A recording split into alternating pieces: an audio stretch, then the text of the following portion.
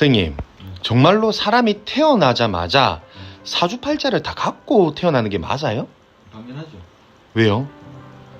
연월일시가 그게 우리가 사주팔자잖아요. 한주, 두주, 세주, 네주 그게 이제 그래서 8자가 사주팔자다. 태어나는 순간 딱 정해지잖아요. 그리고 거기에 이제 음양오행을 이제 목화토금수로 정해지는 게 이게 우리가 팔자라 그러죠. 사주팔자. 그래서 태어나면 성격이라든지 아니면 뭐 직업이라든지 건강이라든지 이런 걸 어느 정도 알 수가 있다. 자, 선생님, 그렇다면 손흥민 아시죠? 축구 선수. 네. 손흥민이랑 똑같은 시간에 똑같은 날에 똑같은 이름으로 태어난 사람은 다 손흥민처럼 잘 사나요? 옛날에 우리가 보면 그 조선시대 때 무학대사와 이승계 두 사람이 같이 있는 거 알죠? 네네. 그분들이 무학대사가 이게 그 명리 공부를 해가지고 여기에 대해서 좀 알죠, 그죠?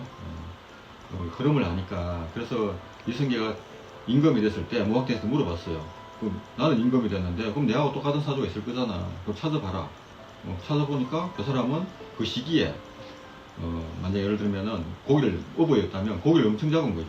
그러면 흐름은 똑같다는 거예요. 똑같은 사주라도 흐름이 시기, 그러니까 예를 들면 상둥이가 똑같거든요. 상둥이는 네네. 사주가 똑같아요. 그러면 똑같이 살아가야 되잖아요. 네. 이거 아니잖아요, 그죠?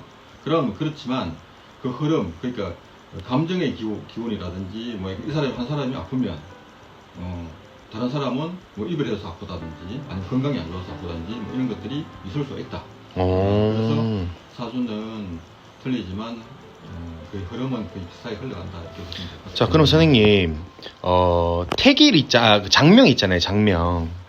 이제 철학관에서 우리가 이름을 짓잖아요. 그럼 예를 들어서 그냥 엄마 아빠들이 이쁜 이름을 짓는 것과 이런 철학관에서 짓는 이름은 정말로 확실한 차이가 있는 건가요? 차이가 많죠. 왜요? 철학관은 사주를 보고 짓는 거잖아요.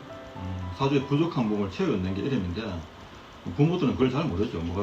우리가 목화토금수의 기운을 본다면 목이 부족하면 목의 기운을 이름에 넣는 거고 화가 부족한 화를 이름에 넣는 거고 또 많은 걸 빼내는 게 이름 안에 이제 포함되는 건데 일반 부모들은 그걸 모르죠. 이름 짓는 거는 여러 가지가 있습니다. 음영오행이라는 게 있고 자원오행이 있고 그다음 수리오행이 있고 그런 걸 갖다가 복합적으로 만들어가지고 이름 짓는 게 이게 이제 하나의 큰 이름은 나오는 건데 부모들은 그런 걸 잘 모르니까 철학관에서 의뢰해서 짓는 게 그게 맞죠.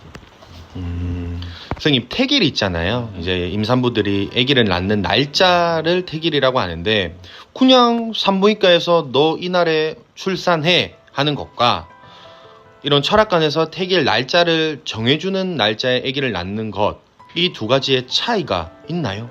많죠. 태길은 뭐요? 연, 월, 일시를 했죠, 그죠? 네네네. 사람 태어나는 게. 그러면 연과 월은 거의 똑같아요, 태어나는 게. 왜냐면은, 연은 원래 같은 을사년이니까 을사년 바뀜이 없고, 월 같은 경우도, 이번 달 같은 경우는 만약에 을민년 같으면, 을민년 바꿀 수 없죠. 근데 월하고 일은 임의로 우리가 바꿀 수 있죠. 태길이라는 거는 그 시기, 그러니까 월과 일을 갖다가 그 안에서 음양오행을 맞추는 거죠. 그러면 음양오행이 편중이 되어 있으면 오행이 편중이 되어 있으면 살아가는 모습이 좀 굴곡이 많죠. 근데 오행이 골고루 이렇게 잘 있으면 살아가는 모습이 좀 편안하다. 그리고 음양이 또 치중되어 있는 것보다는 골고루 있는 게 낫다. 그래서 이제 철학관에서 그걸 하나하나 다 한다. 맞춰 나간다 이렇게 이제 보시면 된다. 병원에서는 그냥 그건 모르고 그냥 짓잖아요. 맞죠. 그러니까 있지만 사주팔자라는 게 타고난 사주팔자는 정해져가 있기 때문에 태어나는 그게 굉장히 중요하다. 그래서 태길이 굉장히 중요해요. 특히 출산 태길은 굉장히 중요하죠. 출산 태길은 평생 가야 되는 그런 사주를 가지고 가는 거니까 잘못하면 안 된다. 그래서 철학관 잘 하시는 분이 하는 게 좋겠죠.